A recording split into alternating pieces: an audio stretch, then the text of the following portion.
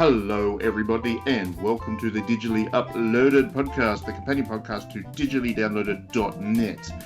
I am Matt, and I will be your host today, and we have an all-star cast with us today, including Trent. Hello, Trent. Hello. And Harvard. Hello. And we have Matt in theory, but Matt is currently suffering from, what shall we call it? We should call it technology issues. So hopefully he'll jump in later on down the track if he can get those sorted. But we also have a special guest on today. We have Jay of JRPG. That's the name of your YouTube channel, isn't it? You just call it JRPG, isn't it? Yeah, I think it's sufficiently punny. So, yes, if you didn't know, Jay likes his JRPGs. And just a little bit. And we've got a lot of them to talk about this month, so we figured we would have the expert on to let us all know what's what. Okay, so we're going to go to some very pretty music from the ever-lovely Hatsune Miku, and we will come back after that and talk about the many, many games that are coming out in June to look forward to.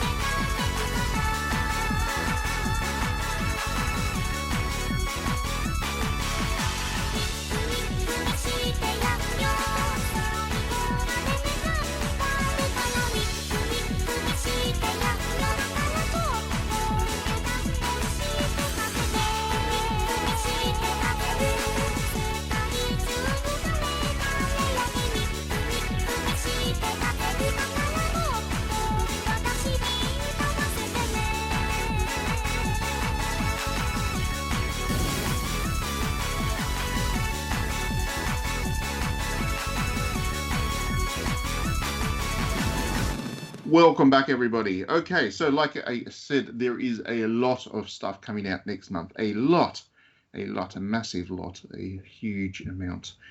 And we will just jump straight into it. Otherwise, we're not going to be able to get through them all in the course of this segment. So we'll start with the PlayStation 5 on June 1, which will probably have already passed by the time this recording goes live, or be close to anyway. On June 1, we have Stonefly come out. I don't know what that is, but it has a pretty little art there. And also Operation Tango and also Necromunda Hired Gun. So that's 3 games to look forward to on June 1. But that's just really getting the month going. On June 8, the first game that's actually worth playing will come out. That's Guilty Gear Strive. Guilty Gear being an excellent fighting game series. I'm looking forward to seeing what Strive has to offer. Then on June 8 as well, we have Neptunia Reverse, which is Hyperdimension Neptunia 1, which is a very old game at this point. But they've gone and remade it yet again. It's like the remake, I think. Yeah, that's it pretty much. It's the remake of the remake. Of the remake. Because didn't they already do like a re-release of the remake they did remade for Vita? I can't remember, to be honest. So I think this is like the remake of the re-release of the remake. Right. I do remember playing the original on the PlayStation 3 and it was not very good. I remember playing the remake or a remake on the Vita and it was very good. Yeah, it was good because they actually fixed the combat up. Yeah, exactly. They made it work. And yeah, this one I assume will have much prettier graphics. Ray Trace Neptunia would be pretty good. And apparently you can also there's an awful lot of characters that you can add into your party that weren't available in the previous one. There's like 27 characters or something. So it's going to be a celebration of the Neptunia universe, which is fine. I'm fine with that. Yeah. Moving on, June 10. Now, I know Jay and I disagree on Final Fantasy VII Remake. Let's put it that way. But for me, as somebody who enjoyed Final Fantasy VII Remake, Yuffie's chapter comes out on June 10, and I am so looking forward to that. I do like Yuffie. I like Yuffie a lot. Yeah, but I might actually like that bit. Okay, that's because it's like worthwhile content to add to Midgar instead of just making the train graveyard 5 hours long.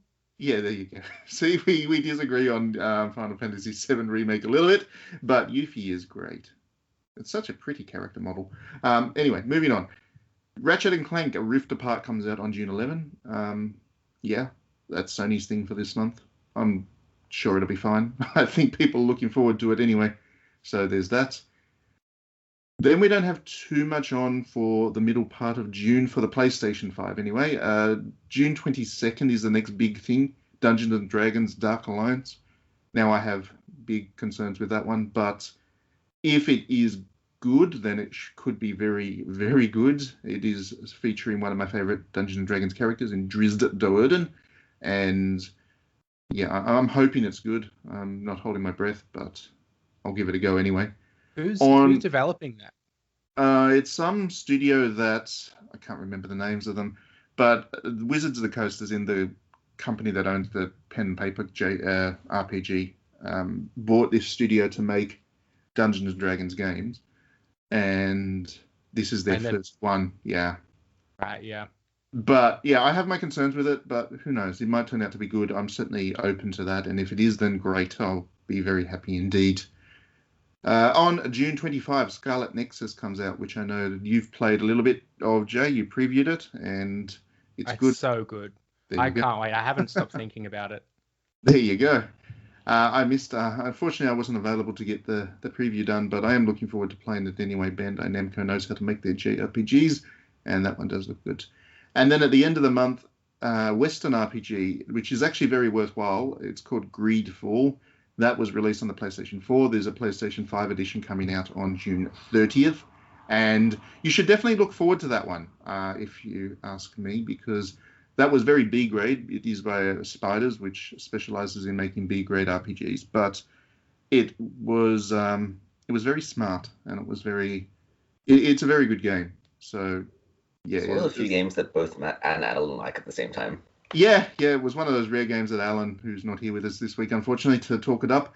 But yeah, Alan and I both like that one for different reasons, but we both like it, which is the main thing.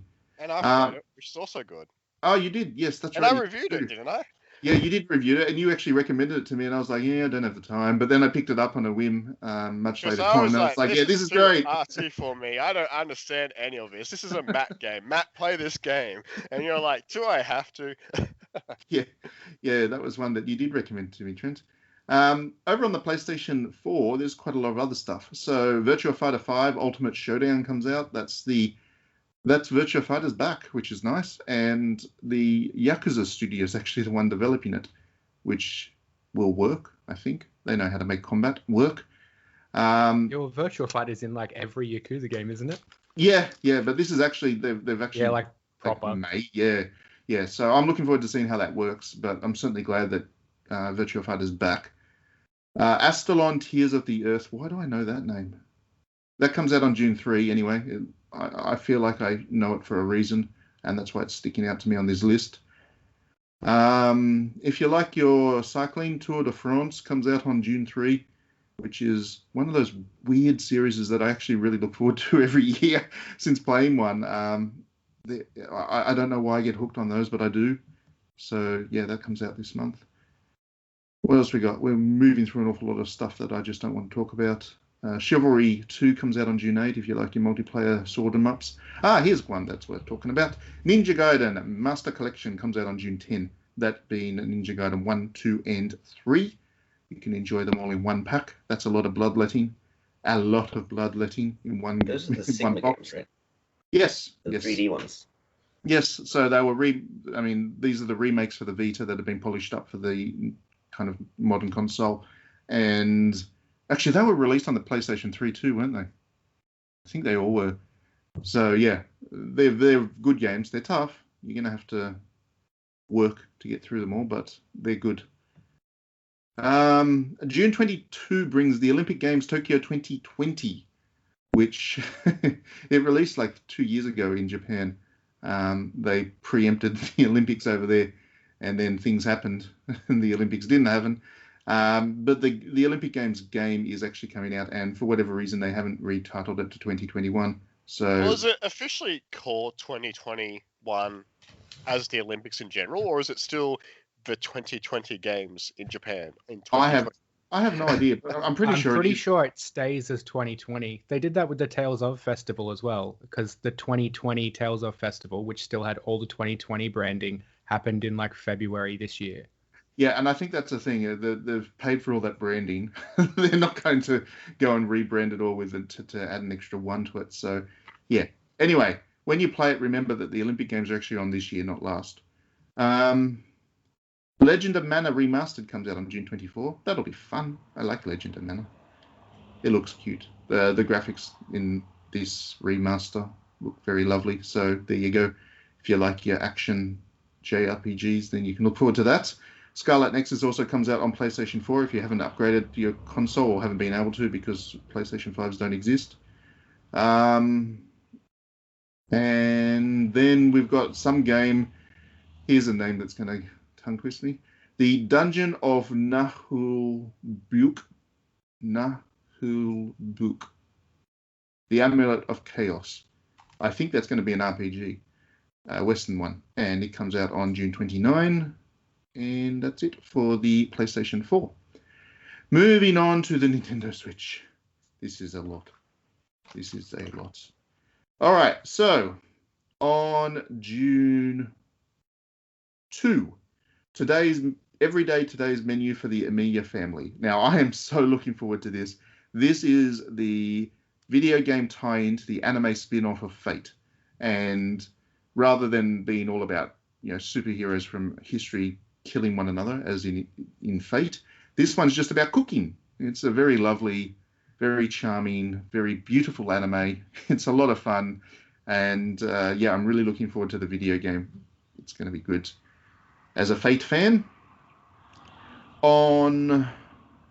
just scrolling through, there's just so much shovelware. I mean, if you're into Free Cell Solitaire Collection comes out on June 3. So the Switch has really got a problem with collection. Collection. It's like 10 Free Cell games in one. I only knew there was one of them, but there you go. There's apparently 10 of them. The Switch has really got to get control of this shovelware problem. I'm still scrolling, and we're still at June 4. Donuts and Justice comes out on June 4. That's just a good name. I don't know what that is, but it's a good name. Donuts and Justice. Anything of a good name is popping up now. Yeah. Rangi Generation comes out on Switch on June 5, so I'm going to finally play that. I'm looking forward to that. Finally. Good game. I'm looking forward to that a lot. I'm going to play it on Switch. Ninja Gaiden Master Collection does come out on Switch as well, June 10. It's probably not going to look as pretty as on the PlayStation 4, but it will be portable, so you can do your bloodletting on the go. Here we go. Nintendo's got one coming out on June 11, Game Builder Garage, which is their kind of entry-level game programming logic thing it's designed to help kids get their minds around how game programming works, but everybody can enjoy it, and it is a new thing for Nintendo, so it looks really good. It looks very charming. Or the cutting room floor of the Labo project. Yeah, I'm sure it's going to be very inspiring. Nintendo does do that kind of thing pretty well. So, yeah. Here's one that if Matt was around, he'd be interested in, I think. But he was still working out his technology issues, I think. Bakumatsu Renka Shinsengumi. That's a visual novel about the Shinsengumi, which is not Hakuoki. So Hakuoki is the one that everybody knows as a very good visual novel about the Shinsengumi. This one is D3 publisher one, so slightly less production values, but it'll be translated properly, which is more than what a lot of visual novels on the Switch end up with. And yeah, I do like the story of the Shinsengumi, so I'm looking forward to that. Moving on. Legend of Mana Remastered does come out on Switch as well, June 24. Mario Golf Super Rush comes out on Switch on June 25, and I am looking forward to that a great deal. I haven't enjoyed a Mario Golf game as much as I would like to for a while, but I still have very fond memories of the Game Boy one and the N64 one and the GameCube one. They were all excellent. So if they can just capture that magic again, that would be wonderful. June 29, we've got Disgaea 6, Defiance of Destiny, which is a Switch exclusive for now at least, which is amazing. You'd think that Nipponichi would want to put that on absolutely everything to try and sell it, but there you go. You'll be able to play it exclusively on Switch. That's a new game, right? It is a new game. Yes. Yes. Yeah, it is first full 3D one too. Oh, there you go. I haven't actually seen any screenshots of it. Yeah, it looks really good, but apparently, like, the Switch performance leaves some room, something to be desired anyway. Why does that not if it's an exclusive? Why does that not surprise me at all? But yeah, well, anyway. because I think it came out in Japan already, and it came out on the PS4 as well, I think. Ah, I see. So it's only Switch in the West, but over there it was also PS4. Anyway, it is a turn-based thing, so performance will probably be something you can work through. Yeah. And as long as it's got that playable. Yeah, as long as it's got that sense of humor, then great.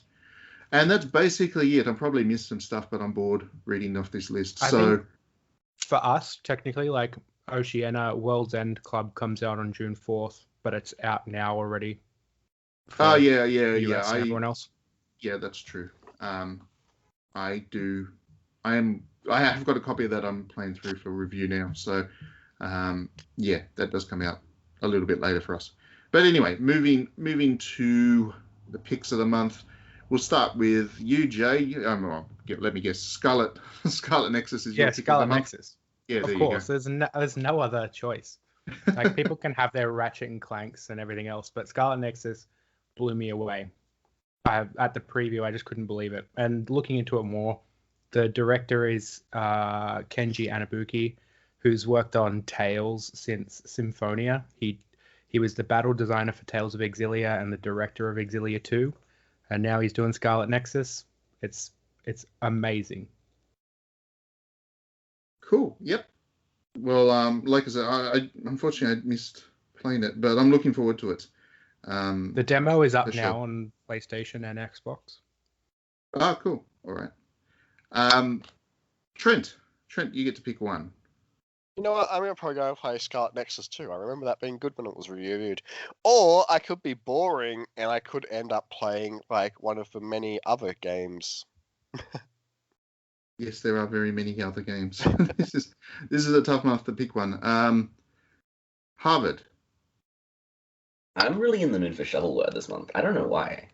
But I'm probably going to go on Switch and do my patented, this game has an interesting title, I'm going to buy it. So let's just say Donuts and Justice. I'm going to play Donuts and Justice. Donuts and Justice. Yes, 2D side-scrolling shoot 'em up. That's the kind of thing you'd probably enjoy anyway. Yeah, play a few of those, yeah. I like donuts, I like justice. For me, I'm going to go with, well, Alan's not here to roll his eyes at me, so I'm going to go with Neptunia Reverse. I do like Neptunia. Fan service and all, and I'm certainly looking forward to fan service on the PlayStation 5. Is it worth playing again? I don't know. If it's ray traced Neptunia, why not? You got to remember the technology. Characters. It's like 27 characters. Come on. You got to remember that this technology brings new opportunities, Harvard. Have they added new characters for the new consoles? Because that's the whole conceit, right? No, because the characters are more like company lines than individual consoles.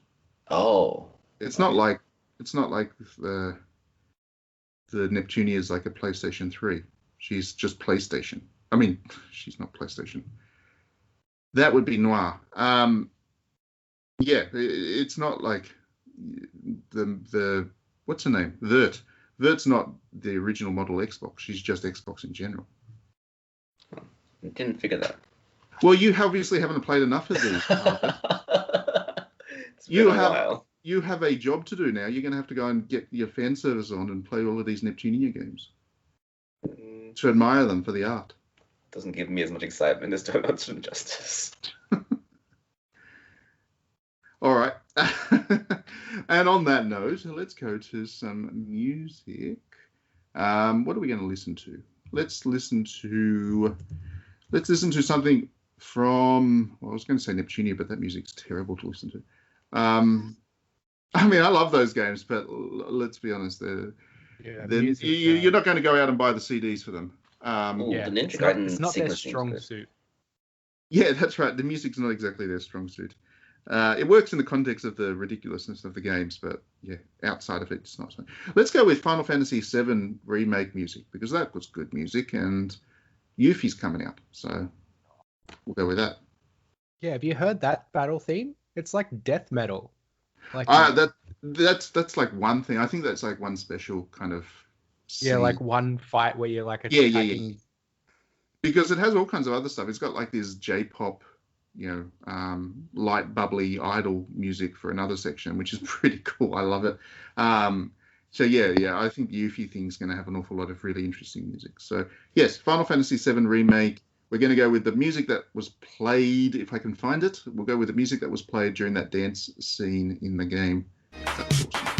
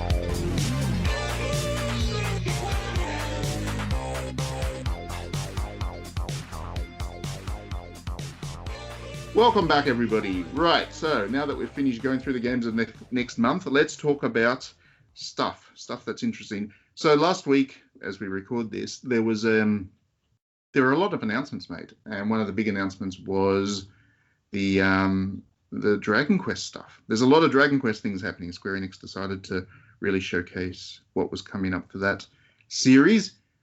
For me, the really exciting one, and I think we can all probably agree on that, is the remake of Dragon Quest III using the Octopath Traveler engine. That's pretty cool, right? That's awesome. That's exciting. Yeah, it looks really good. Yeah, there we go. We can all agree on everything one. should be made in that style. Yeah, that's right. Every single old game should be remade in that style. It looks gorgeous. It looks amazing. It'll be interesting to see how much traction it gets, because Dragon Quest III, as good as it is an NES era JRPG, which comes with certain limitations in terms of storytelling and stuff. But I wonder if they'll actually improve that with the remake. Are they just going to do the graphics, or are they going to like really go hard on it? Yeah, it would be like a Final Fantasy III situation, right? Well, they didn't actually update the narrative for Final Fantasy III. They did. They gave like the characters' names and motivations and stuff. Didn't they always have names? I feel like they didn't.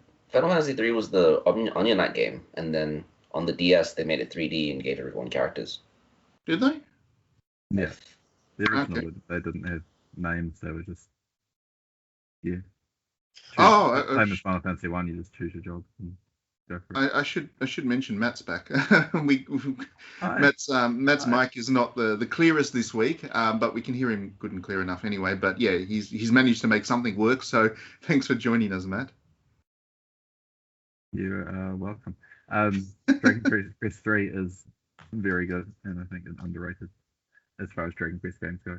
The story in the original one is, I mean, I guess it's kind of minimalist by today's standards, but it's really good and really interesting. And I think even within the constraints of the time, they did some really cool stuff with it. So I would actually hate to see that be updated too much. I feel like a point of comparison would be if they went and remade Final Fantasy 1 and rewrote a whole new story for it and turned it into FF7 remake. I feel like that probably wouldn't go down well with you. Yeah, I mean, what they could do, I guess, with Final Fantasy 1 is get Koei Tecmo to make a Neo version of it. Call it what, Final Fantasy Origin or something like that. Yes. As the rumor that sounds like a good idea. It's probably going to be confirmed by the time this podcast goes live. But yeah, I mean, the thing I remember most about Dragon Quest III was that it flowed really nicely. So it has a minimalist narrative, but it just moves beautifully through the game. So yeah, I mean, well, as long as they don't make like sweeping changes and they just, because I imagine the reason a lot of stories back then were minimalist because they were essentially like working on a text limit. Otherwise, they'd run out of space. So, like, they could just add more. What if they, like, remake the game, and they're remaking the game in the sense that they're going to use it to adjust narrative elements to then say, okay, well, the next mainline game is going to be timeline right after this or something like that. So it's placed after that, if that makes sense. Kind of did that. I feel like they'll do Dragon Quest Builders 3 and then remake the story that way. So using the story... Wait, so Builders 3 concept and then building... What? No, did you ever play Builders 1 and Builders 2? Only the original. Oh, you know how that game story was like a weird remix of the original Dragon Quest story? Yeah. I would like to see them do more creative things with that. Maybe not with this particular remake, but go for those stories that they've already told in the past and look at them from weird angles like the Builders games did. That would be pretty cool. Maybe they should do a tactics game. You do a tactics game with a nice snow series. Why do you So just quickly to move on, we will talk about what opportunities there might be for Dragon Quest going forward as well. But I think the main one we wanted to talk about in this section is Dragon Quest 12, which was a huge announcement, and they didn't show off anything other than a teaser trailer. They didn't show off anything in the game, but they did promise that it is going to be a dark and mature Dragon Quest. And Dragon Quest for adults, Matt. Yeah, Dragon Quest for adults, more like Dragon Quest for Westerners that didn't get that Dragon Quest was always for adults. It's a Dragon Quest for stupid people. But yeah, I have issues with it, and my issues are very loud and vocal. So I'm going to let other people talk about their issues with it. I don't think that Dragon Quest is for mature. I don't think that Dragon Quest works with the kind of the kind of dark aesthetic that they seem to be promising with this thing. So off you go. Let me know what you think about that. Well, I think it's just basically that the marketing team has been like, oh, well, Souls is popular. Let's do something with like a Souls-like aesthetic. We've got an RPG. And instead of making like a new IP, they're just like, bam, Dragon Quest. That's easily what they've done. I'm a little bit optimistic about it because Dragon Quest XI did amazing, right? Like, everybody loved that game everywhere. So maybe they're just taking it in whatever new direction they can think about, rather than doing the more safe thing, which is just make Dragon Quest XI again. It'd be interesting to see if it actually, like, while it looks dark and broody, well, it is going to be dark and broody, but, like, if it's, like, not what people assume it's going to be, like, it's not going to be, like, a Dark Souls game, or it's not going to be, like, you know, something really heavy and mature, but it's still something crazy and, you know, like how, you know, Octopath Traveler, like, that's pretty dark and, you know, it's still, you know, a 2D RPG sort of thing and still pretty colorful. Like, Actually, maybe, that's fair. Octopath is really dark, actually, for story's sake. yeah, maybe there's like a twist there, or maybe it's like a completely different thing. Like, when I saw it, maybe I'm like, oh, well, maybe it's gonna be like Hobbit, like the Hobbit, newer Hobbit games. Maybe it's going to be like the Middle Earth games in that sort of style, or have giant dragons, and like I thought maybe there could be some sort of angle there rather than just instinctively going to a Soul style game. Yeah, I don't know. I know that Matt's gonna like lay into this game when we let him, so I have to be positive when I can. But I'm still pretty excited. I feel like if they make a Dragon Quest game in that kind of style, I don't see the developers just throwing so much legacy out the window and just saying, okay, we're making a Western fantasy with dragons in it. I feel like they've got to maintain some of the series identity, and it might be really interesting actually to see how they do the darkness with all the things that people come to expect from Dragon Quest.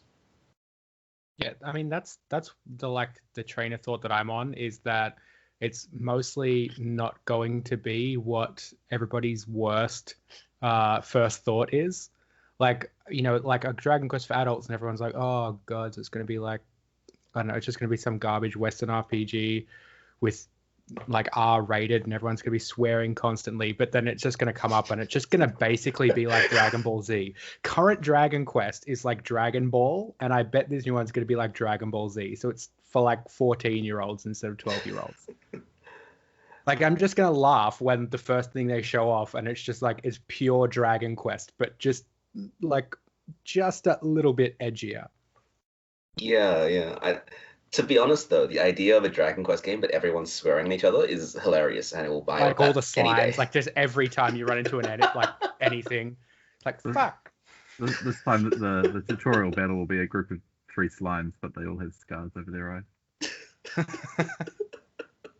We should just make this game. They should let us make this game. Just be like, you have to make Dragon Quest, and it has to be dark and edgy, and just have fun with it. Like, that would be amazing. Don't even make it like an RPG. Like, just, well, make it an RPG, but like not in the sense of what Dragon Quest is. Make it a Yakuza game. Make it like, oh, there's a dark, broody slime. It's gonna come and kill me because I'm like, you know, secretly dating some ex-wife's person, and they're part of the Yakuza for the Dragon Quest or Kingdom, and they're gonna murder me or something. And I don't know, like make it like that. Yeah, well, Dragon Quest is already like that. halfway to Yakuza, right? Because there are like gambling and casinos, and you can go and get Puff Puff. Like, Yeah. they could just make that more visual. They already made that. It's called Yakuza Like a Dragon. Yeah. I still love that joke, like a Dragon Quest. But I also really like that whole fake RPG thing they've been doing recently. Like, I see strains of it in Dragon Quest XI as well, just with the moving around and pretending like it's a big epic quest with a lot of action in it, and then it's not. I wonder if they're going to keep going with that with 12, or if they're going to like actually move away from the JRPG roots. No, I don't think it's going to be nearly as different as people think. Like, you know, when Hori said they're changing the command battle, and like everyone was like, "Oh my god, it's gonna be like Final Fantasy 15 garbage." It's like, well, no, he just said they're gonna be changing it up, and like he specifically didn't say anything about action, but that's like immediately everybody goes like, "Oh, it's gonna be a crappy action RPG," and it's like, no, I mean, it could mean anything by that. It could still just be turn based. They could just add in like positioning, like it's the Trail series or something. I don't know. I feel like the main thing I like about Dragon Quest combat, and I said content, and I don't know if this is a very popular decision, but I like that it's very simple combat in that it's not the main point of the game. So the combat is there so you don't just blast through all the towns and finish it too quickly. The combat gives texture to where you are, but it's not something that requires you to micromanage every decision that you make in every turn. I don't know. Is that the same vibe you guys get when you play it? Yeah, I feel like it's just very traditional, and yeah, not the focus. As you say, like it's just sort of there to string things together. So, but I mean, yeah, you can change that up, and you can add little extra mechanics and give it some new flavor without completely ruining it. I don't, as I said, I don't think it's going to be like nearly as different as what everybody's first thoughts are at the moment. Yeah. The one real curious thing for me, though, is, Jay, do you have any thoughts on why they've suddenly decided to do this now? I mean, I have no idea. I guess like Dragon Quest 11 wasn't really that, like it wasn't really that not for adults. I guess as Matt said much earlier, you know, Dragon Quest has always been for adults, but like Dragon Quest 11 gets pretty dark after the first couple of major acts. So I don't know, maybe they just thought that did well. Let's just hammer home that part of it. Or No, maybe be Yuji true. Horii just Agree with me. Be cynical. Say it's because the marketing saw souls on their RPG. yeah, I mean, I thought the that Souls honestly, movement is that's over. probably also there as well because everybody there are too many Souls likes. When that Final Fantasy Origin thing was like, oh yeah, it's gonna be like a Souls like, but not a Souls like. I'm like, no, stop with the Souls like. I feel like we're not going to have Finally. as much patience for them anymore because, and this may be controversial, but Souls games are kind of exhausting to play because there's challenge, but there's not that sense of energy. So I always feel like I'm going through this really laborious process, and it's really rewarding labor, but it is a bit tiring when Dragon Quest is meant to be this nice like relaxation thing, you know? I don't think they're gonna make it to the Souls like, but I mean I kind of to some extent agree with Trent's point. I think it's more that Dragon Quest 11 did really well in the West, more so than any other game before it, and more than anyone expected. And so the cynical part of me is saying, oh, look at that success. We need to make something that's more going to be more appealing to Western audiences. And I don't like that. That's fair. Do you remember any other Dragon Quest game that did okay in the West? Because I know that they didn't release a bunch of them. That still makes me mad. I think maybe 8 500? was like the most popular before 11. 8 was the 3DS one, right? It also PS2, came yeah. out on PS2. I think it was also Oh, the first one to be officially released in Europe, which probably helped. yeah. I don't know. It's always had this weird position because I feel like a lot of the other JRPG series are more well known in the West because they got to the West earlier, whereas Dragon Quest did Dragon Warrior on NES and then went dormant for a little while. So while in Japan it's the premiere and the classic series, it hasn't really established that attitude in the West to anyone who's not us who hasn't played all the JRPGs. So do you think this is like them trying to establish that identity as well? Yeah. Yeah. I think. Yeah, especially with the way that, because Dragon Quest, I say like Dragon Warrior, and they had a bunch of Dragon Warrior games come out in the US, but Dragon Quest didn't come out like at all in Europe and Australia for a long time. So like they really didn't even try and grow a global audience. They just tried to get like a niche US audience and then just stayed in Japan for the most part. I think part of that was just all the translation issues, right? Yeah, they're pretty huge games. I think it's the same. I'm still surprised that we get like Trails of Cold Steel and all that stuff, because I think what Exceed said that like the first Trails of Cold Steel was 1.5 million words, and the second one was like just under 2 million. And it's like, my I goodness. can't imagine the return, like the profit they're making from these is that high when they have to do like the world's largest localizations. I feel like the spin-offs did better in like Western areas. Does that make sense? Like Monsters, I feel like all the Dragon Quest monster games, like stuff like Joker on the DS, like I vividly picture them being like big and people knowing what they are. And then also, Dragon Quest builders, I think that's probably, people probably know and recognize that as a spin-off series pretty well, especially if it's, up to like, 2. Like, it's possible that they're doing better than the main series, are they? Or not really? Well, yeah, Dragon Quest Monsters Joker actually did amazingly well and sold more than a bunch of the mainline entries. Really? Yeah, Such a I think bad game. the first Dragon Quest Monsters Joker was like I think 1.5 million units sold, and like some of the other Dragon Quest games, I think Dragon Quest V was like just over 1 million, and Dragon Quest IV was maybe 1.2 mil or something like that.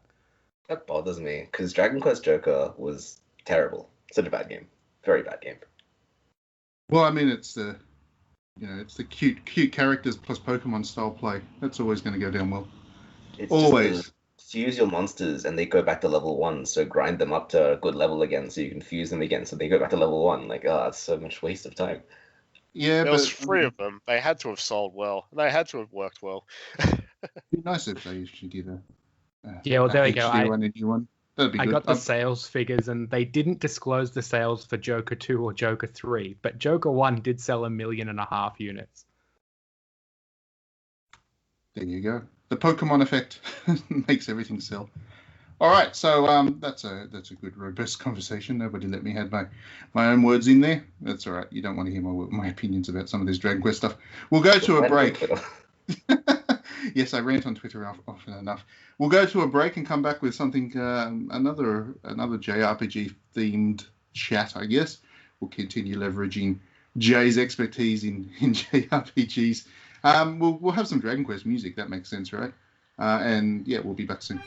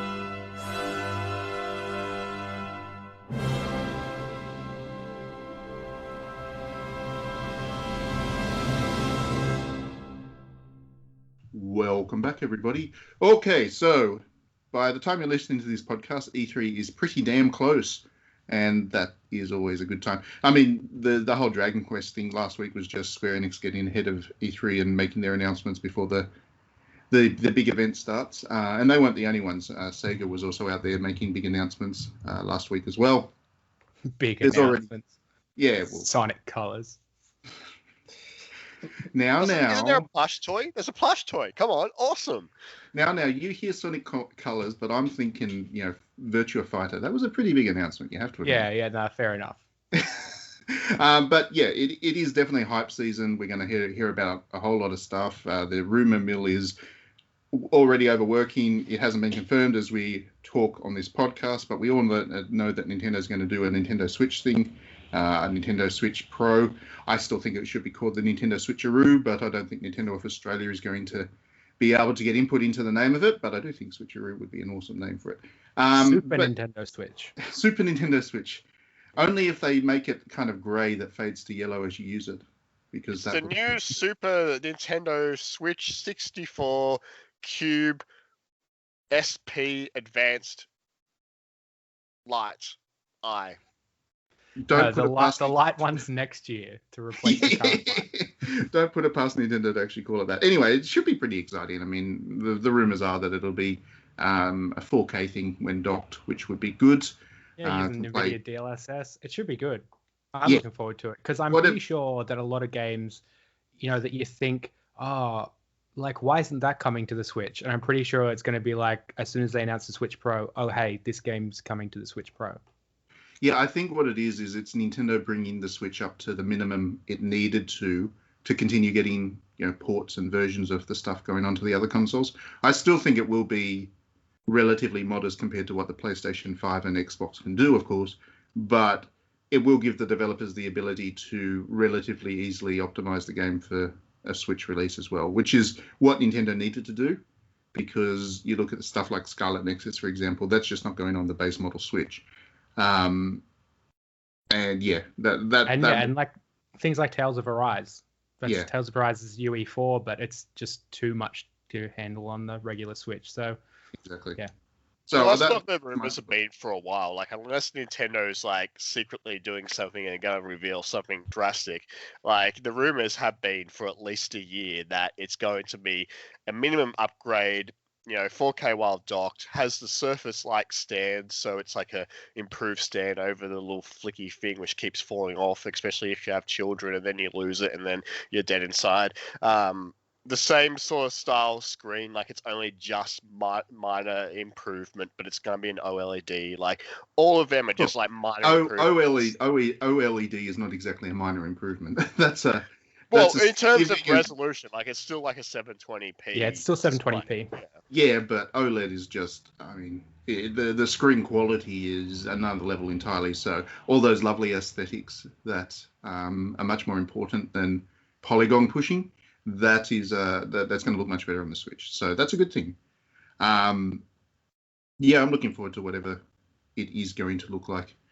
And I look forward to Koei Tecmo announcing Dead or Alive 6 for the Switch, because that's what's going to happen. That's my guess, and that'll be good. Is that series officially gone, or are you just hoping on it? Well, I mean, Koei Tecmo is not going to get rid of Dead or Alive. Even Dead or Alive 6, which didn't sell, as well as they probably wanted it to, it's too important of a franchise for them to give up on. And not just for the game itself, but for the money spinning that they get out of it, out of merchandise and stuff, because people buy a lot of Dead or Alive merchandise. By people, do you mean you? By people. I do mean you. You should see the amount of Mary Rose stuff I've got all over my house now. It's ridiculous. Single-handedly keeping the franchise alive. My home aesthetic is a combination of Hatsune Miku and Mary Rose. There's twin tails everywhere in my home. But yeah, going back to the Switch, that it should be good. And I think, that was just an intro for this section. What I wanted to talk about was, I guess, the JRPG as a genre and what we might expect to see from it, because traditionally at the start of a new console generation, as we are having now, that is when the experimentation tends to happen in terms of game development and new ideas and stuff. We have seen one with Scarlet Nexus. There is the rumor that There's going to be a Final Fantasy game developed by Team Ninja, which will be like in the Neo mold, which I don't know how that's going to work, but I'm intrigued. We could probably expect to see more of Final Fantasy 16 as well, but I'm more interested, I guess, in hearing what you all think about what surprises we might see from the JRPG genre. I mean, do you think the genre's in a good spot and we're going to get a lot of surprises? I think it's a lot better than it was 10 years ago when everyone was saying the JRPG is dead. I think we come to expect JRPGs when they announce new games, which is just a nice feeling.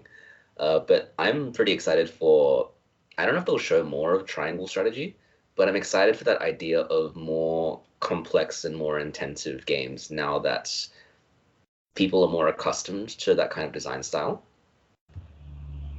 Yeah, that was a pretty good little demo. I quite like triangle strategy. That was very Final Fantasy Tactics. Yes. It just needs a good snowball scene at the start.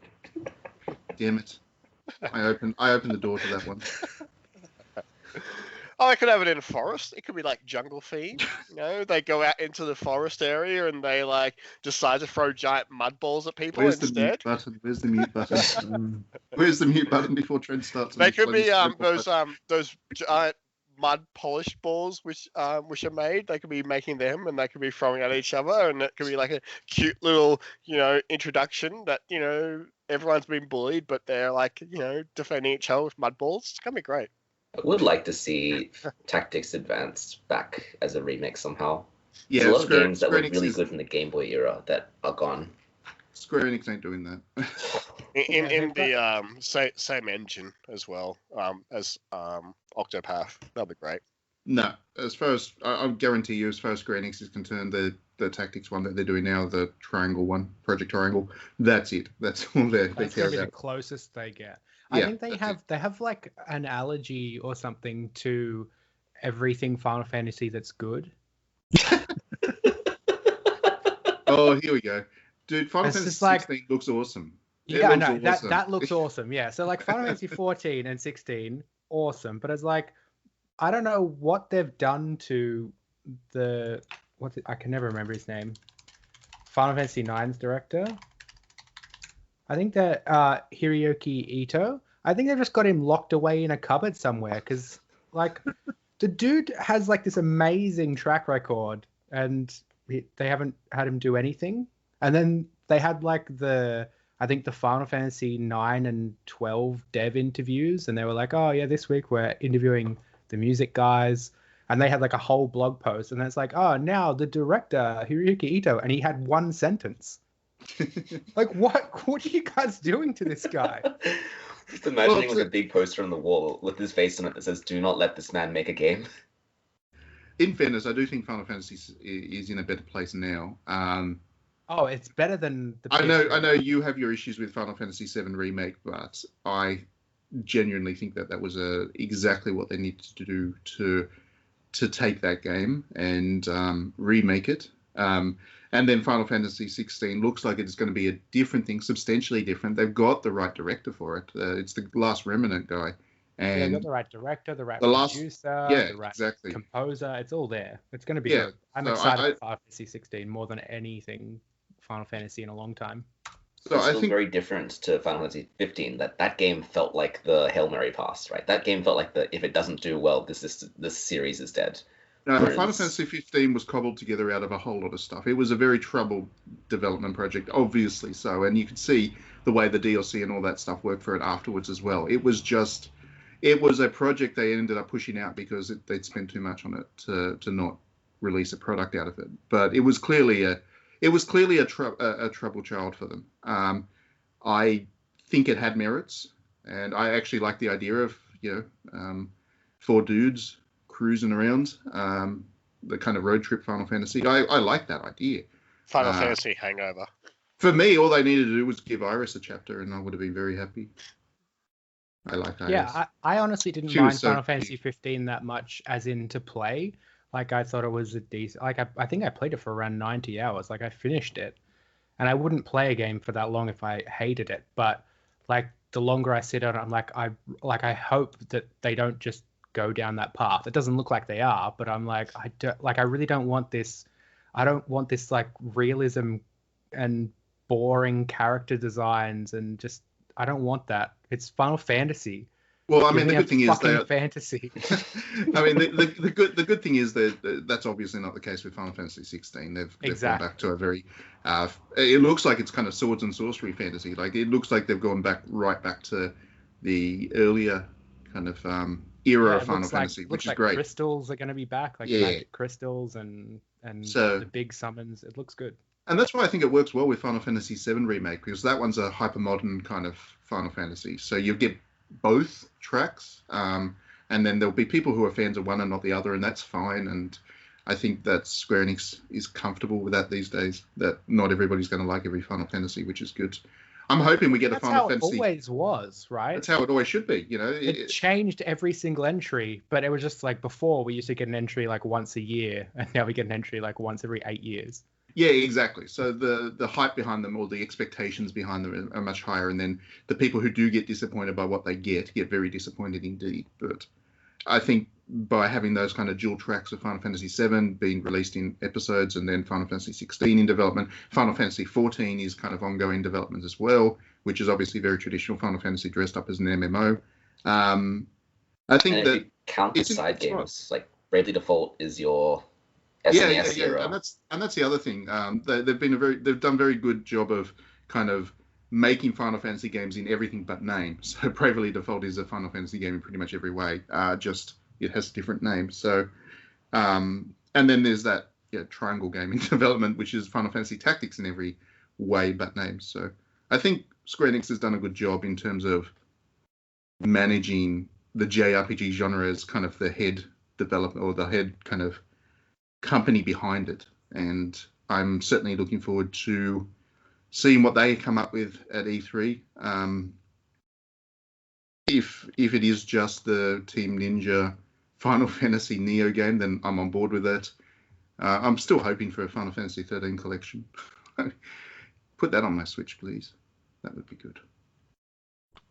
But they could definitely do with more collections. Like Final Fantasy 13's got the bad rap, but I think if people gave it another shot, but it's just the fact of it hasn't really been marketed or put out there since. No, see, I have this theory about Final Fantasy, and it's been around since Final Fantasy X.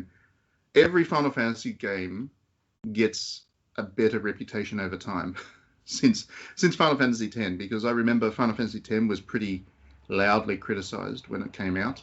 And over time, it's become a classic. Final Fantasy XII was absolutely hated. Yeah, everybody hated that game when it came out. And now, when they did the remaster, everyone's like, well, this thing's pretty amazing. I think Final Fantasy XIII is a similar thing. Every time I bring it up in conversations now, people are like, actually, no, it wasn't bad. So, I do think that collection would be timely about now, and it'll give people a chance to reassess what is actually a very good series of games. Yeah, like it definitely has its problems, but in terms of like if I wanted to play a game and have a setting and a world and characters and design and like the feel and stuff, I would much rather have something like Final Fantasy 13 than I would Final Fantasy 15. Yeah, I mean Final Fantasy 13 was in so many incredibly creative, but they didn't quite execute it. Well, I mean, Final Fantasy 13 was in so many ways the kind of the epitome of the Final Fantasy game. When you look at what people criticize about that series, it's linearity, but Final Fantasy's always been linear. It's just sometimes hidden it better than in Final Fantasy 13. But Final Fantasy 13 was all about the characters, and that's what people love about Final Fantasy. And it was always about the kind of the presentational values of the series. It's always been top level kind of for what's been available at the time. And Final Fantasy 13 was gorgeous. So, yeah, it was, for me, it was exactly what I would have expected from a Final Fantasy game, and they delivered. But anyway, it's not just about Square Enix. I mean, everyone talks about Square Enix. I guess for me, the thing that I'm looking forward to and what's been kind of good over the last year or so has been this emergence of that next level of JRPG, that B tier of JRPG. It's really come back very strongly. Koei Tecmo's done some amazing things with the Gust studio. turning Atelier into something that people recognize now. And I know that Koei doesn't really do much with E3, but we'd have to be due for a new announcement around Atelier sometime soon. Yeah, It's been like pumps them out. I was going to say it's been like 2 months since they released one, so surely they'd have an announcement for the next three within next week or so. I mean, we could actually see that new Blue Reflection game because that hasn't properly been announced for the West yet, has it? No, it actually hasn't. I think it just got the Japanese announcement, so we could see something about that. It's been announced, but nothing's shown. It's basically just been a tweet saying, yes, we confirmed that this is coming to the West as well. Right. I mean, Matt is ultimate Blue Reflection fan. I loved that game. I do love that game. Yeah, I think I still reckon it is just like in terms of the aesthetics, in terms of the presentation of it, it is the most beautiful game. I know it was, it didn't have the massive budgets of a Final Fantasy, but the art in it is just, it's just so beautiful. So, I was very surprised that they double dipping, giving it another shot, but very happy about that. But yeah, Matt, you've been a bit quiet there. In terms of JRPGs, where do you think things sit, and what are your kind of thoughts about what we might see, over the next E3 and beyond? I think we're going to see lots of dark, mature JRPGs for adults.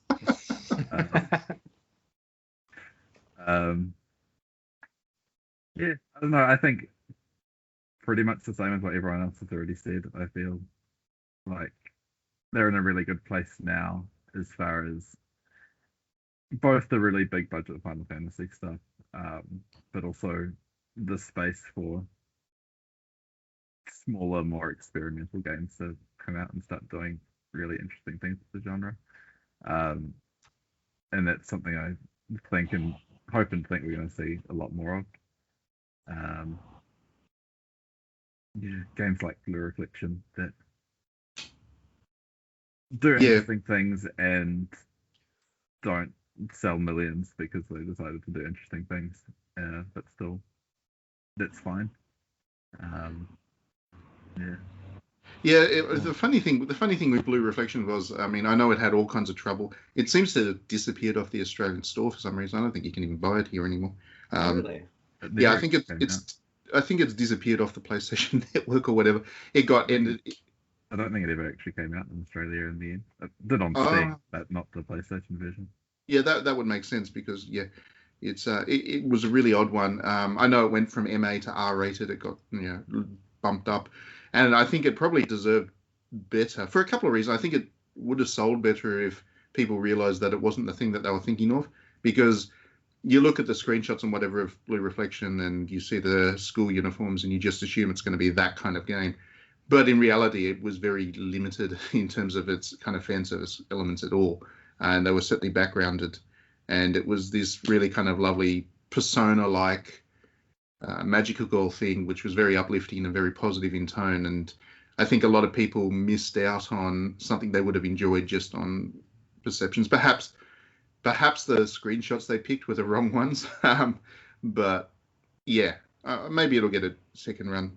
I think the other thing we should mention is the JRPG genre. I think has also, I think non-Japanese people are starting to get it, because it used to be every time somebody from outside of Japan tried to make a JRPG, it was always kind of this horrible pastiche that was of limited value beyond the fact it was, we love the JRPG, so we made one, play it.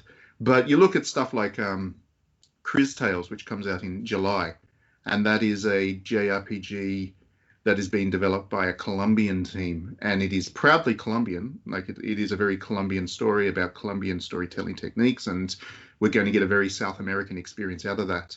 But it is using the JRPG framework for it. And then we've also seen the emergence of Chinese RPGs, which use a lot of the JRPG elements, but then implement Chinese culture into the storytelling and stuff.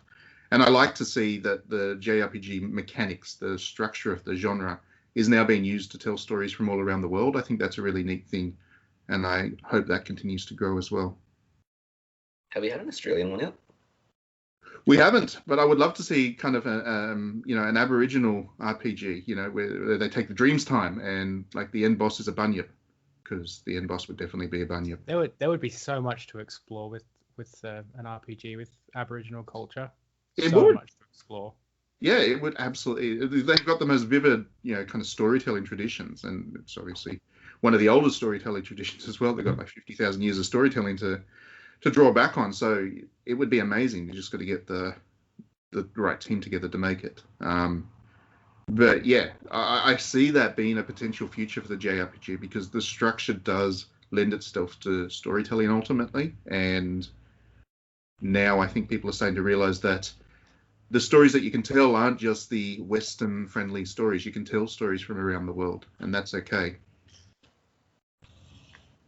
Yeah, I think that, like, yeah, as far as the JRPG genre is concerned, I don't think we've ever been in a better spot. Like, we've had periods, where basically like every game coming out just felt like it was golden. But in terms of nowadays, how it seems like pretty much every major and even B tier JRPG is moving to simultaneous worldwide release, proper marketing in all markets.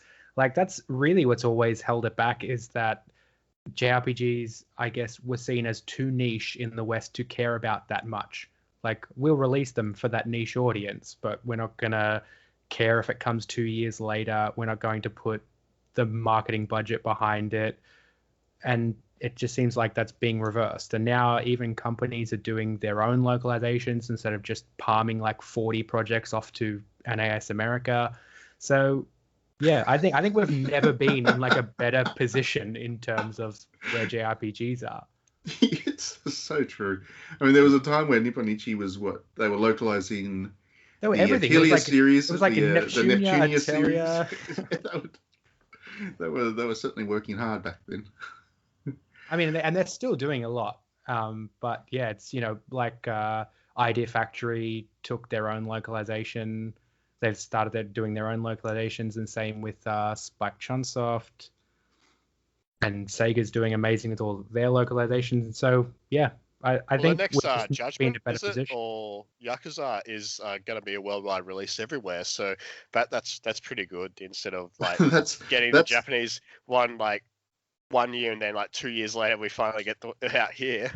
That's because it's been quite famous that the Yakuza and Judgment series relies on the Western market because they don't sell in Japan anymore, which is the end point of this, I guess. The Yakuza series actually doesn't do so well in Japan anymore. Although I think the new one did, because they went turn-based, and I think that resonated. But yeah, that series has become very yeah, it was definitely it was trailing off. It's become very reliant. It's become very reliant on the West, but we've also seen Persona's lifted up out of obscurity to become a major property itself, and because of Persona, I would imagine a bunch of people probably played Shin Megami Tensei 3 Nocturne and realized very quickly that Persona's a different thing entirely. I have this image in my head, right, of all these people that love Persona 5, right? This is their first Persona experience, and all of a sudden they've realized they love Atlas RPGs because they played Persona 5, and they're like, oh, there's this Shin Megami Tensei coming out on the Switch, I'm going to play that. And then they get up to Skeleton Matador. Then they get up to the Skeleton Matador, and that's it. That's as far as they get, because that dude just brutalized you. I love that guy. He's my favorite. I don't know. I think the funniest thing would be like all those Persona 5 people saying, oh, I really like Atlas RPGs, and they go and pick up like Etrian Odyssey. What the hell is this? All they say that they like I have to Persona draw games, my own map? and they buy a Persona 4 and realize that there's better games than Persona 5. No. Yeah. You're talking about Persona 5 fans here. Yeah, that's exactly There is right. no other game. Yeah, I think it'll also be the people who they like Persona 5, so they pick up Shin Megami Tensei and then start complaining about how it's a copy. Oh, they just copied Persona. Look at all these monsters. took They all look the exactly spell the same. Well, I kind of want to sidetrack the conversation back to something which I thought was interesting. A lot of the things we were saying earlier was like, Yakuza and all that sort of stuff losing phase in the Japanese market. Do we think that a lot of JRPGs are actually doing the same? Like they're being picked up by the Western audiences now, and with that, what do you think the future is for actual stuff in Japan which sells to the Japan market? Well, a couple of things. Firstly, the Japanese market is getting smaller in terms of console games, and that needs to be kind of acknowledged because it does affect how the Japanese developers need to approach what they're doing. But at the same time, I think one of the things is people are much more comfortable with Japanese culture for what it is these days than they perhaps used to be. I think Japan's done a good job in promoting itself as, through its anime, through its other cultural elements, the fact that it had the Olympics, even though they're not happening exactly how the Japanese would have wanted, there is that spotlight on Japanese culture, and they've done a good job in promoting Japan as Japan, and people are more comfortable, I think, with it. They don't see it as that kind of exotic place where everything is weird anymore. To anywhere near the same extent, there is still a little bit of that, but I think that because people are more comfortable with Japanese culture, the JRPG is more resonant on its own terms. People are able to connect with it better. And I don't think that the developers necessarily feel the same pressure to try to westernize it. In saying that, we can go back to talking about Dragon Quest XII going dark and mature. But I think that the JRPG genre is in a good position because people are more comfortable playing JRPGs as JRPGs, not expecting them to be Western-friendly titles as once was the case. And yeah, I mean, you can see Nintendo going kind of all in with this JRPG stuff as they have over the last couple of years as a major genre for them, where previously they weren't really that interested in it. I think that is because they realized that their audience, which is a global audience, is happy playing these things. And that's good. So I don't think that the developers need to think about changing what they do. The only area where there is issues seems to be with the fan service side of things, which doesn't apply to all JRPGs by any means, but there is a residual challenge there, I guess, for developers that want to do that stuff, like Neptunia and whatever. But even then, they're managing to get their games out there and find an audience for them. So that's my thoughts anyway. We have dead silence. Matt, say something. I was just thinking that seems like a good note to end the segment on. It feels like it's been a very long segment. Okay, Captain Matt. We'll end on that. I'm the captain now. We'll go to some music from, you know what? We're going to play... Oh, we talked about JRPG. We're going to play Good King Mog because Alan's not here to stop me. Alan's not here to stop me. It's Good King Mog. Why would Alan stop you from playing one of the best pieces of music ever written? It is. Good King Mog is just...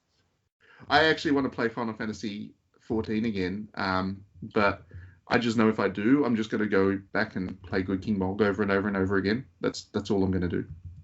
Oh, we get Australian servers next year, Matt. It's been the only thing holding me back. I'm going to be a recluse for like 12 months starting next year.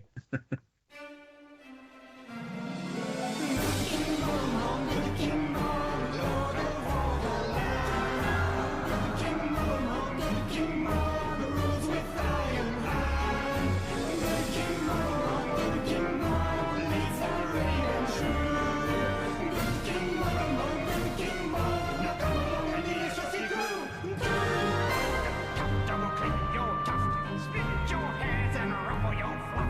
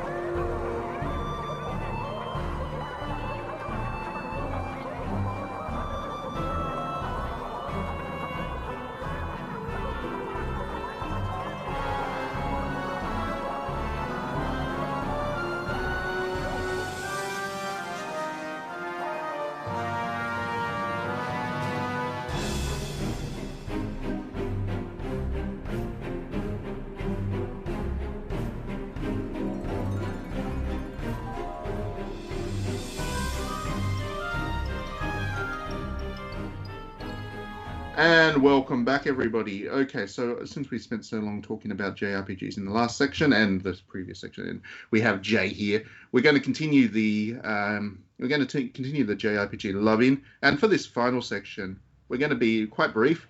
We're going to go around everybody here on the podcast, and we're just going to mention our top 3 JRPGs of all time. And this is completely off the top of our head.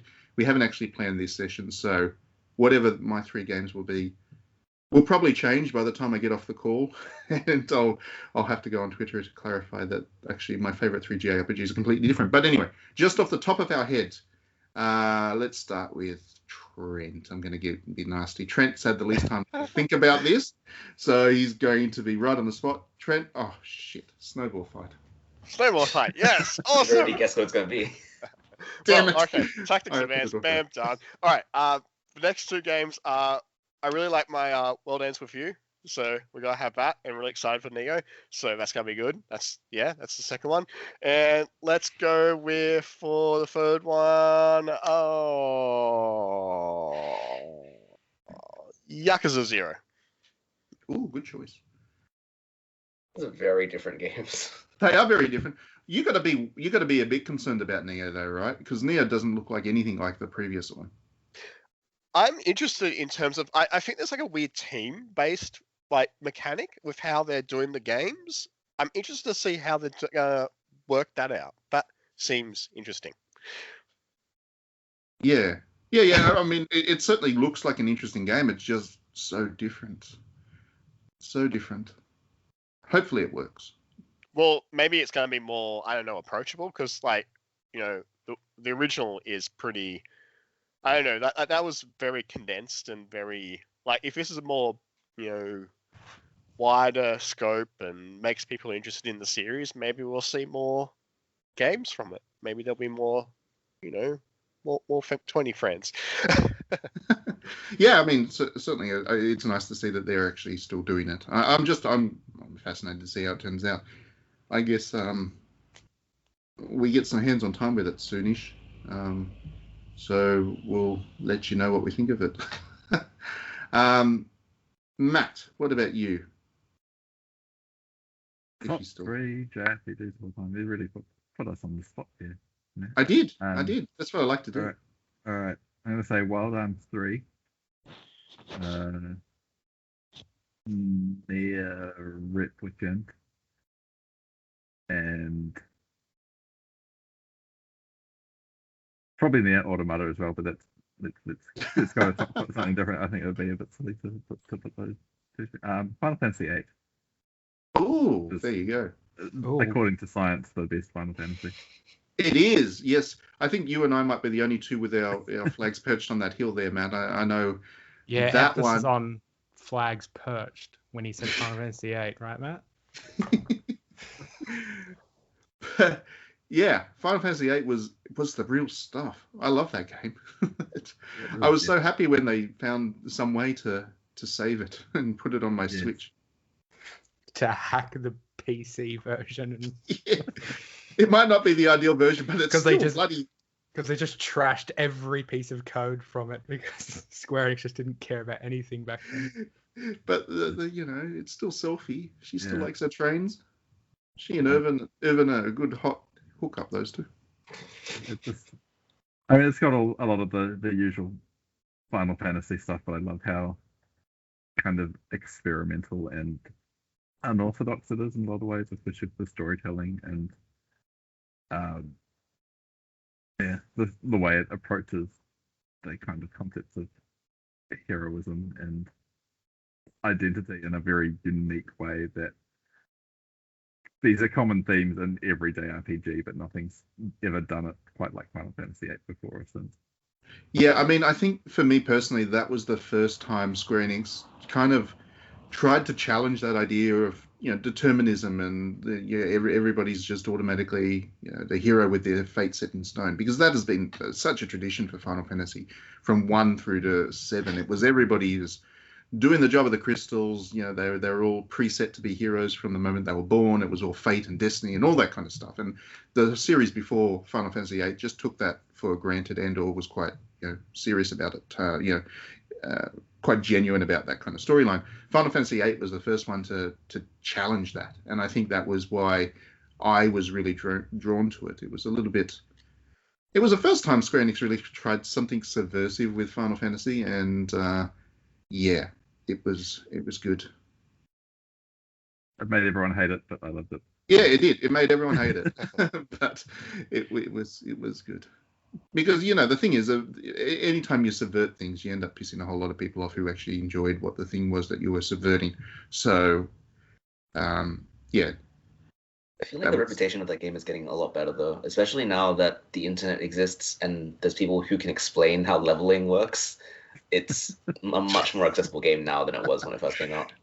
Yeah, and the fact that with the remake or the remaster, whatever they called it, you can speed up the combat system, so you can draw stuff real fast now. That was like the savior of the game for me. Was the remaster, being able to speed it up like 8 times. Thank God. Yeah, that's it. You can draw up to like 100 within a couple of seconds now, which was all that game's combat system ever needed to be fixed. The summons are great too. To this day, I love the summons. Oh yeah, the summons are probably like the best ones. Like I still think the best. No, Shiva was good, but I like Diablos, where he gets, he sticks his hand in the big black, the black hole, and then just hurls it down, and everything like explodes. It's great. It was my thing. It was good. Harvard, you off you go. Pick 3. 1, 2, 3. Okay, so I have 3 very different games. I'm going to be basic and say Persona 4. It's a very well-made game, and I feel like no one's going to disagree with that one. Now, the original Golden. Golden. Golden was objectively superior, Trent. I don't know, maybe there's like some sort of weird, the original is like, this is particularly perfect, and this is one of those rare occasions where everyone doesn't think the original was better. I'm not huge on the Marie character, but no, Golden was better. And second one, I'm going to go a bit old school and say if we can tape together the 2 GBA Golden Sun games, that was a very good JRPG. And I'm sad that they never revisited that kind of style. Well, they did with the DS one, which was... Yeah, but that was bad. See, I thought the DS one was acceptable because I hated the second one because I just got lost in the second one. I feel that there was a lot... Like, the second one was good in the sense that it would have felt good as like a second half to the first one, if that makes sense. As a separate game, it just feels like there's nothing to ground it or make it seem, approachable. So that's why I like the DS one a bit better, because it seemed like no one's played Golden Sun for like years. Here's a brand new introduction to the series, and that, made it seem like a separate game. Whereas, the middle one just seemed. I mean, the one thing that let me down with Golden Sun was the fact there were puzzles in dungeons with random encounters, and that gives me some mad anxiety because I just want to solve the goddamn puzzle, and then there's these enemies jumping me constantly. I really enjoy the dynamic of it. I think that the fact that they had actually challenging puzzles that fed into the way that you built your characters. So like you might want to build your character in a certain way that you can solve puzzles, but it makes them less effective in combat. Like, it's such a good idea. I need to come back for it. It's so good. I mean, I like the puzzles, but if we could have the puzzles without the enemies jumping you along the way, that was what bugged me, like, badly. See, I like the original for that. I much preferred Final Fantasy. Break it up. I much preferred Final Fantasy X's approach, where it had puzzles. They weren't very good puzzles, so that was a different story. But it had puzzles, but the dungeons where the puzzles were, there weren't enemies jumping you. That was good. I preferred that. So I don't like that as much, because that's very modal, right? It's like, okay, now I'm solving some puzzles, and then now I'm fighting some enemies. Yes, but I'm not fighting puzzles when I'm trying to... I'm not fighting enemies when I'm trying to solve the goddamn puzzle. Nothing annoys me more than having my concentration on a puzzle broken by some stupid little rat thing stabbing me. Yeah, we don't disagree on this game. We don't agree on this game. And we're also not going to agree on the next one, because the next one's Kingdom Hearts. And I have a lot of sentimental for that series, so I've stuck with it through all the stupid story stuff that it would do, and I still kind of think the story is good. But no, it's just a nice comfort game. Lots of stuff to do, lots of places to go, enjoyable. All I wanted was Final Fantasy where I could be Donald Duck. I mean, that's all they had to give me. Why did they have to go and turn it into this? Whatever the hell. Kingdom Hearts 1 and 2 are fine. I found they were both pretty good. Yeah, after that I bounced pretty hard on the series. But yeah, I just want a Donald Duck. in Who's Final playing Fantasy. 800 different spin-offs? No one. Yeah, including the rhythm game. You've got to play the rhythm game for the story bits now because it introduces new story elements, which are going to be critical for whatever comes next. It's just. Well, what about that mobile game? We're going to have to catch up on 3 years of mobile game updates. It's just whoever managed that series just needs to pull their heads in. Moving on. Jay, you get to pick your 3 now. Tales of Exilia, because it's the best cast of characters ever. Is that the one with of all Mugalu? time. No, that's Berseria. Oh, that's Berseria. Mugalu, I like Mugalu. Tales of Exilia is the one. Like I love every single character in that game. Every single good guy, every single bad guy, every single anti-hero. It's so good. That's basically like, I don't think it's the perfect JRPG or it's like the best the genre has to offer, but it's my favorite game just purely because I love every single character and all the interactions and everything about it. And then number 2 is Xenoblade Chronicles X, because I think it's the best open world RPG ever made. Nothing before or since has given you like that much freedom and just that beautiful a world to explore that was as fun to explore as that one. You should play Death Stranding. It's the same game. Hey, you can't fly in Death Stranding. You have to run and not trip over. You can get cars and bikes and stuff and have other people build the roads. You can't get in a mech and fly around, Matt. That's what you think. You just haven't found it yet. Kojima's put it in there somewhere. Yeah, probably. We got like a jump jet from Metal Gear Solid 5 or something. And Final Fantasy 9 is my other pick, which I think is like, if somebody was going to say what's the best JRPG, I would say Final Fantasy 9. Interesting. I just think that's like the best all-round story, characters, the way it tells a story, I think the art style even. I love that. I love like the sort of, the half chibi look that's not really half chibi. It's like what you think Pokemon would have looked like before they made them all really tall and long when they moved to HD. Needed more tall and long.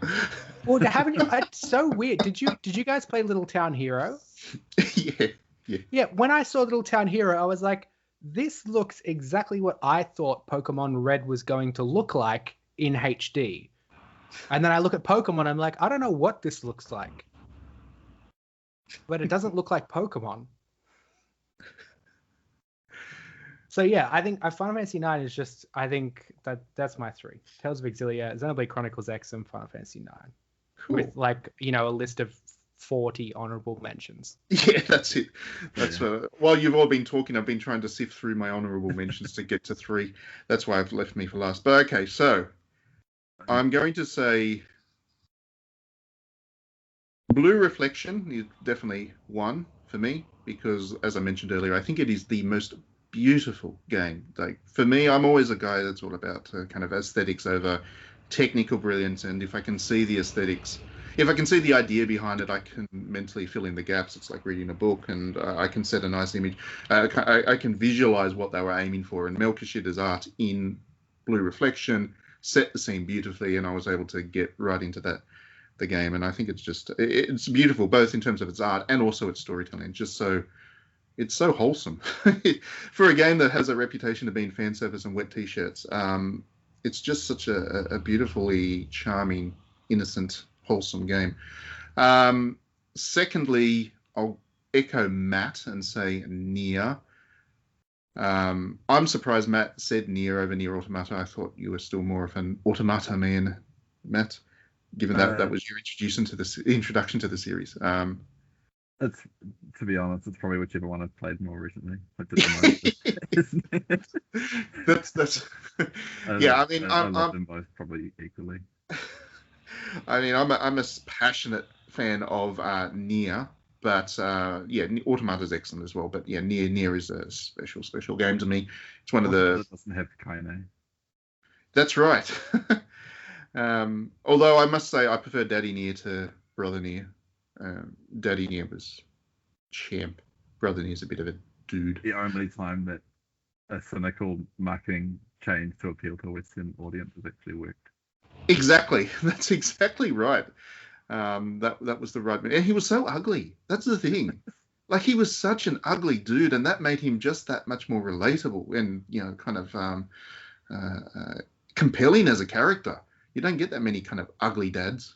Even the God of War dude, he's kind of, attractive to a certain type of person. I've got to come up with a third one, don't I? Shit. What did I go with? Near, Blue Reflection, and I am going to go with Final Fantasy VI. Is my other one, I think. Because that game was pretty formative for me. Like, Final Fantasy VI was when I was still getting into the JRPG genre, and I would play that game on repeat over and over and over again. The opera scene in particular is my favorite scene, I think, in any JRPG ever, and I cannot wait for Square Enix to do their Project Octopath HD kind of remaster of Final Fantasy VI, just to see how that opera scene is going to turn out, because, yeah, Final Fantasy VI. Good choice. So, on that, we'll give it all a wrap.